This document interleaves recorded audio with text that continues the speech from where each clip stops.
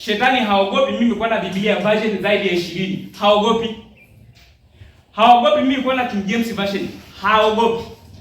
Shetani haogopi mimi kuwa na Bible concordance. Haogopi, yaani yuko haimtishi. Shetani haogopi mimi kusoma Hebrew na Greek na Old Testament survey. He does not fear. Anaogopa nini? Do you live what you learn? Ndio maana leo muone kuna mambo ya ajabu yanaendelea. Lakini tukumbuke kwenye kitabu cha Yohana 11, Yesu ombi aliloomba mara nyingi ni kwa nani? Leo ovyo wote unaoendelea, iwe ni darasani, iwe ni kule mitaani, ni kwa sababu ndio tunasoma. Yaani mtu ana Hebrew na Greek. It doesn't matter. Una Bible nyingi unasoma na unayosoma unaishi. Yaani kwake shetani hamna, unaweza ukawa na Biblia nyingi, unalala nazo hata kitandani. Kwake haimtishi. Haimtishi. Do you observe what do you learn from the Bible? Na hicho ndicho Mungu anachotaka. Tusome Hebrew na Greek, tusome Old Testament survey, tusome Biblia kila siku. Lakini je, tunayaishi tunayoyasoma? Wapendwa, Biblia, hakuna kitabu chochote duniani ambacho kinabadilisha maisha.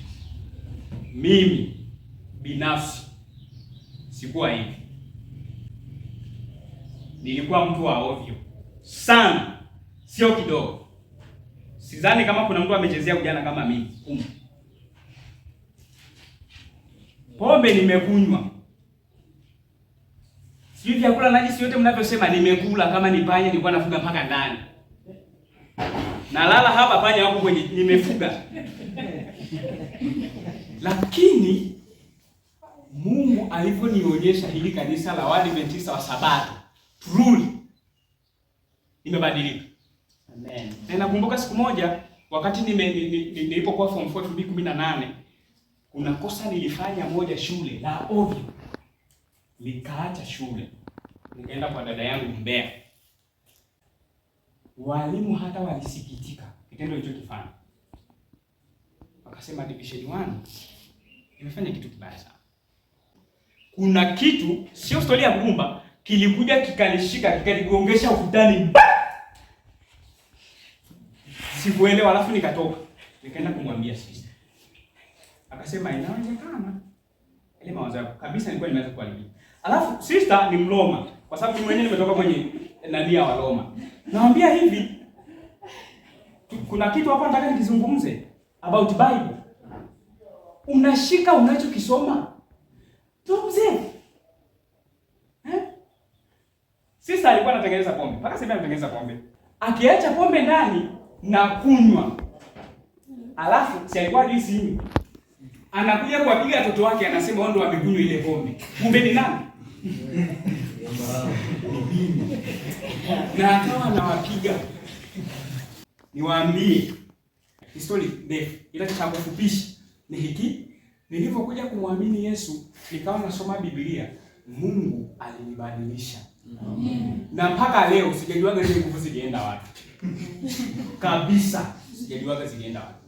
Ninachotaka kukisema, inawezekana kuna mtu hapa, kuna kitu kanamsumbua. Yaani mimi kama ni starehe nimepitia.